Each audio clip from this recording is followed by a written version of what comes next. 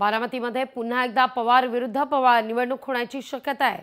शरदचंद्र पवार पक्षाकडून माळेगाव साखर कारखान्याची निवडणूक लढण्याची तयारी सुरू झाली आहे।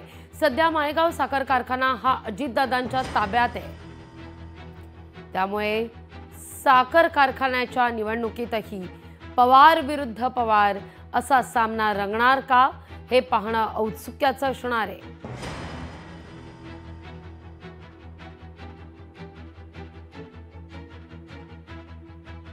बारामती लोकसभा मतदार संघाच्या या निवडणुकीमध्ये सुप्रिया सुळे विरोधात सुनेत्रा पवार असा सामना रंगलेला होता, तर विधानसभा निवडणुकीतही पवार विरुद्ध पवार सामना पाहायला मिळालेला होता।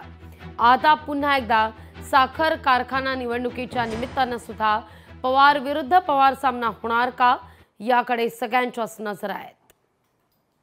याविषयी अधिक माहिती घेऊया आपले प्रतिनिधी अमोल धर्माधिकारी यांच्याकडून। अमोल, खरं तर लोकसभा विधानसभा निवडणुकीनंतर आता पुन्हा एकदा बारामतीमध्ये पवार विरुद्ध पवार असा सामना रंगताना आपल्याला पाहायला मिळणार आहे। याचं निमित्त आहे ते म्हणजे माळेगाव सहकारी साखर कारखान्याची निवडणूक, आणि या निवडणुकीमध्ये सुद्धा आता शरद पवार यांच्या राष्ट्रवादीने उतरण्याचा निर्णय आहे तो सुद्धा घेतलेला आहे। याबाबतची आज बैठक आहे ती स्वतः योगेंद्र पवार हे घेणार आहेत, आणि याआधी सुद्धा सुप्रिया सुळे यांनी सुद्धा म्हटलेलं होतं की सर्व साखर कारखाने असतील किंवा सहकारी संस्था असतील यांच्या निवडणुका आम्ही लढवणार, आणि त्या बाजूने आता प्रयत्न होताना पाहायला मिळतात। आणि माळेगाव सहकारी सहकार या संस्थेची निवडणूक आहे ती सुद्धा आता शरद पवार यांचा पक्ष लढवणार आहे। शेतकरी कृती समिती या समितीच्या खाली ही निवडणूक लढवली जाणार आहे।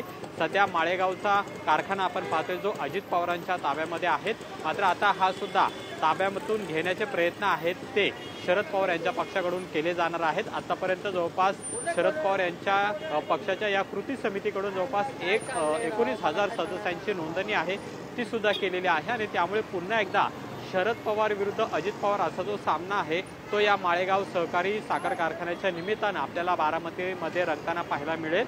आता याची सुरुवात आहे ती सध्या सुरू झालेली पाहायला मिळते, आणि पुन्हा एकदा हा सामना बारामतीमध्ये आपल्याला रंगताना पाहायला मिळेल।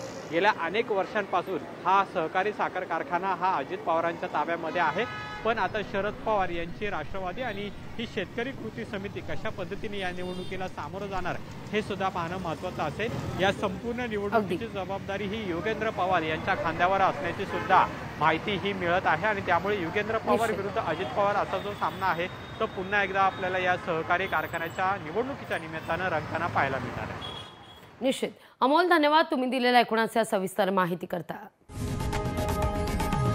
लोकशाही मराठी ऐका, पहा, जागरूक रहा।